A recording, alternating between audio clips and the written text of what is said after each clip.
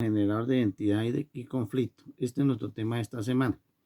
La colonia, la presencia y dominio político ejercido por españoles entre 1550 y 1810 en el territorio colombiano se conoce con este nombre de esta época. Durante este tiempo, las costumbres, la lengua y la religión traídas por los españoles se mezclaron con la cultura indígena y posteriormente con la africana, conformando lo que hoy es Latinoamérica. El gobierno de los nuevos territorios. Las formas de gobierno que estuvieron inicialmente a cargo de quienes conquistaron los distintos territorios o bajo el mando de personas enviadas posteriormente desde España para tal fin fueron llamadas gobernaciones y hubo varias de ellas. Primera, la Nueva Andalucía, que abarcaba desde el Cabo de la Vela hasta el Golfo de Urabá. Se creó en 1509 y estuvo regida por el conquistador Alonso de Ojeda. Segunda, Castilla de Oro, como se denominó a la costa occidental del Golfo de Urabá. Fue creada en el mismo año y a su cabeza figurado como primeros gobernadores el noble español Pedro de Nicuesa y el coronel de infantería Pedro Arias Dávila. La gobernación de Santa Marta data del mismo año de la fundación de la ciudad, 1525, y su gobierno decayó en manos del conquistador Rodrigo de Bastidas en 1533. Se nombró gobernadora Cartagena y el gobierno de Nueva Granada, del Nuevo Reino de Granada, que formaba parte de la gobernación de Santa Marta. Le fue encomendada a Luis de Lugo y no a Gonzalo Jiménez de Quesada, su descubridor, quien sin embargo fue distinguido por su labor conquistadora con el título de Mariscal del Nuevo Reino. En 1539 se erigió la gobernación del río San Juan, que abarcaba gran parte del litoral pacífico. En 1540, la de Popayán, que comprendía los territorios de Popayán, Cali, Anserma, Cartago y Timaná, y le fue adjudicada a Sebastián de Belalcázar. Y en 1571, la de Antioquia, hacia finales del siglo XVI. De todas las anteriores subsistían tan solo las cuatro: Cartagena, Santa Marta, Nuevo Reino de Granada y Popayán. Las gobernaciones eran territorios extensos, integrados por las ciudades principales y sus villas o pueblos, y su administración estaba a cargo de los gobernadores, quienes tenían funciones políticas, judiciales y militares, quienes debían rendirle cuentas a los monarcas españoles. La creación de la Real Audiencia de Santa Fe. En 1550, como respuesta a varias acusaciones contra el mal gobierno de los conquistadores y sus sucesores, el monarca español Carlos I o monarca Carlos V de Alemania creó en Santa Fe un tribunal de justicia llamado Real Audiencia, hecho con el que se inauguraba la época colonial en nuestro territorio. Anteriormente se había preocupado por dictar leyes que asegurasen un mejor trato a la población indígena, sometida entonces a las peores formas de explotación por parte de los españoles residentes en América. Y se materializaron en una reforma al sistema de las encomiendas, como gracias a la presión ejercida por los defensores de los indígenas, entre ellos el padre Bartolomé de las Casas. La encomienda consistía en la adjudicación del territorio con numerosa población indígena a conquistadores y colonos que se lucraban del trabajo de estas comunidades. Si bien los indígenas nunca fueron considerados esclavos por parte de los reyes de España, no sucedió lo mismo con quienes lo tenían bajo su control, o sea, ellos seguían siendo esclavos de los españoles. Por esta razón, a partir del gobierno de Carlos I, los encomendadores se vieron obligados a recibir un tributo en especie o dinero, metales preciosos, en lugar de explotar laboralmente a los indígenas, y comprometieron a sí mismo a asegurar su conversión al cristianismo. No se les olvide que también este señor Carlos, o este rey de España, Carlos I, también era Carlos V, pero de Alemania. Además de los resguardos, también tenían lo que era la mita, la esclavitud y los que habían hecho los resguardos. La administración colonial.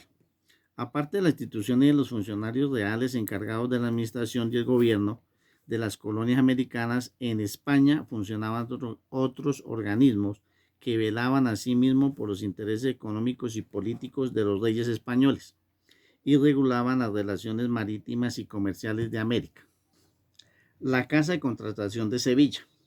Este organismo, creado por los reyes católicos en 1503 para administrar y controlar los viajes hacia las tierras descubiertas por Cristóbal Colón, tenía varias funciones. La primera y la más importante era regular la contratación de las embarcaciones y la gente que viajaba a explorar y conquistar las tierras americanas, y formar a los pilotos a cargo de las travesías.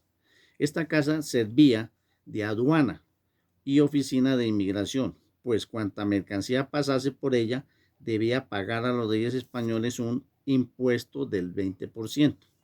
Otra de sus tareas era acopiar los documentos y las relaciones de todas las tierras descubiertas para realizar los mapas pertinentes e informarse sobre los habitantes nativos, su cultura y su medio cultural. Para almacenar toda esta documentación, la casa contaba con un archivo que existía a la fecha y constituye una de las fuentes más importantes para quienes quieran conocer más sobre esta época colonial.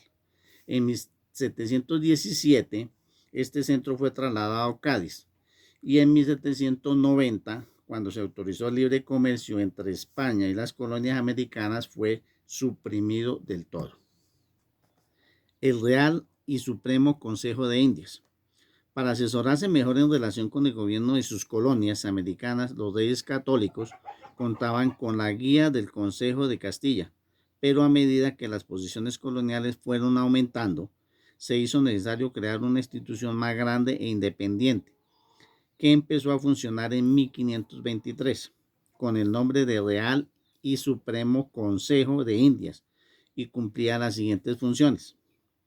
Proponía a las personas que debían ocupar los más altos cargos gubernamentales y religiosos en las colonias.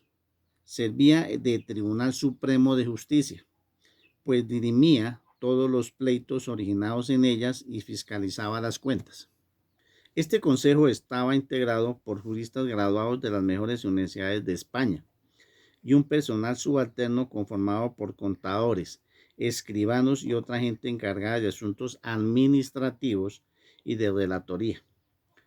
Al igual que la Casa de Contratación de Sevilla, poseía un archivo donde se almacenaba toda correspondencia entre las autoridades y los particulares residentes en América. Hoy forma parte del Archivo General de Indias y contaba asimismo con cosmógrafos y cronistas expertos en el Nuevo Reino. La sociedad colonial. La conquista de la colonización de América por parte de los españoles redundó en la forma de una sociedad en la que se mezclaron y convivieron diversas etnias.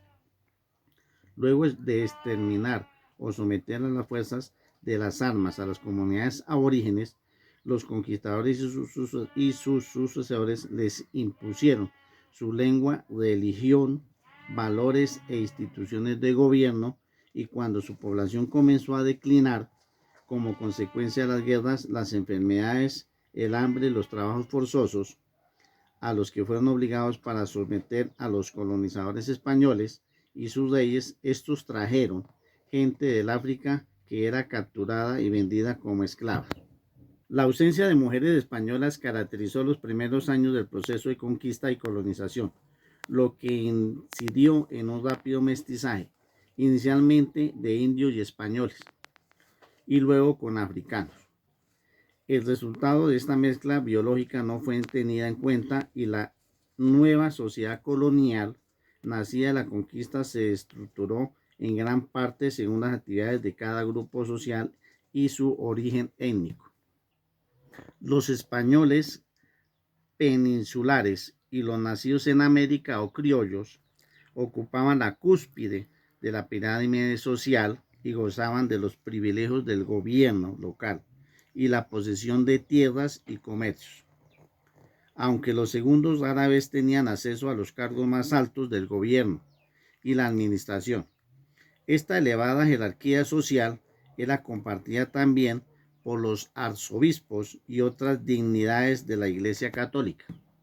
Después venían los mestizos o nacidos de España e indígenas, quienes se desempeñaban por lo general en oficios manuales o si su ascendencia así lo permitía, eran distinguidos con el cargo de cacique en los pueblos indígenas. En el tercer peldaño de la pirámide figuraban los indios reducidos, es decir, los que habían sido conquistados y sometidos a un proceso de adaptación a la civilización española, incluida la conversión a la fe católica, quienes trabajaban la tierra para pagar un tributo obligatorio en especie o dinero. La escala siguiente estaba ocupada por las castas o diversas mezclas étnicas, entre ellos los mulatos, pardos y zambos. Y en el último peldaño se encontraban los esclavos africanos, destinados al servicio doméstico y al trabajo en minas, plantaciones y obrajes o talleres, cuyos hijos nacidos en América se denominaron negros criollos. De todos los grupos sociales de la época colonial, el que más problemas tuvo para ser aceptado fue el de los mestizos, precisamente porque no eran enteramente indios ni españoles. Por esta razón, muchos padres de mestizos pagaban para que en el acta de nacimiento de sus hijos se los calificara de español. Y gracias a que el gobierno de España consideraba humillante que la prole de un español fuera educada entre indios, algunos de ellos se les dio la oportunidad de recibir la crianza propia de caballeros y damas.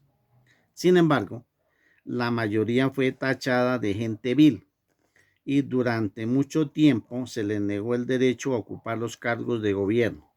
Este tratamiento de exclusión redundó con los años en la interiorización de un sentimiento de inferioridad inconsciente y la necesidad de parecerse todo lo posible a los españoles, no solo en su atrevido y comportamiento caballeresco, sino a sus valores y hábitos culturales, para así evitar la vergüenza de ser identificados más con los indios que con los españoles. De todos los grupos sociales inferiores, los esclavos negros fueron los peor tratados, considerados como simples mercancías, no tenían derecho alguno y desde su inicio rechazaron la imposición de las creencias de sus amos y buscaron medios de rebelarse y fugarse. Los fugitivos, llamados cimarrones, porque se ocultaban en la cima de las montañas, fundaron poblaciones independientes o palenques.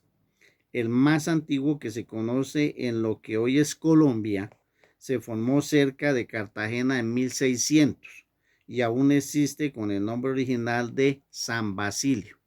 No se nos olvide que este periodo de la colonia va desde 1550 a 1810. La evangelización de los indios estuvo a cargo de las órdenes religiosas de los jesuitas, dominicos y franciscanos.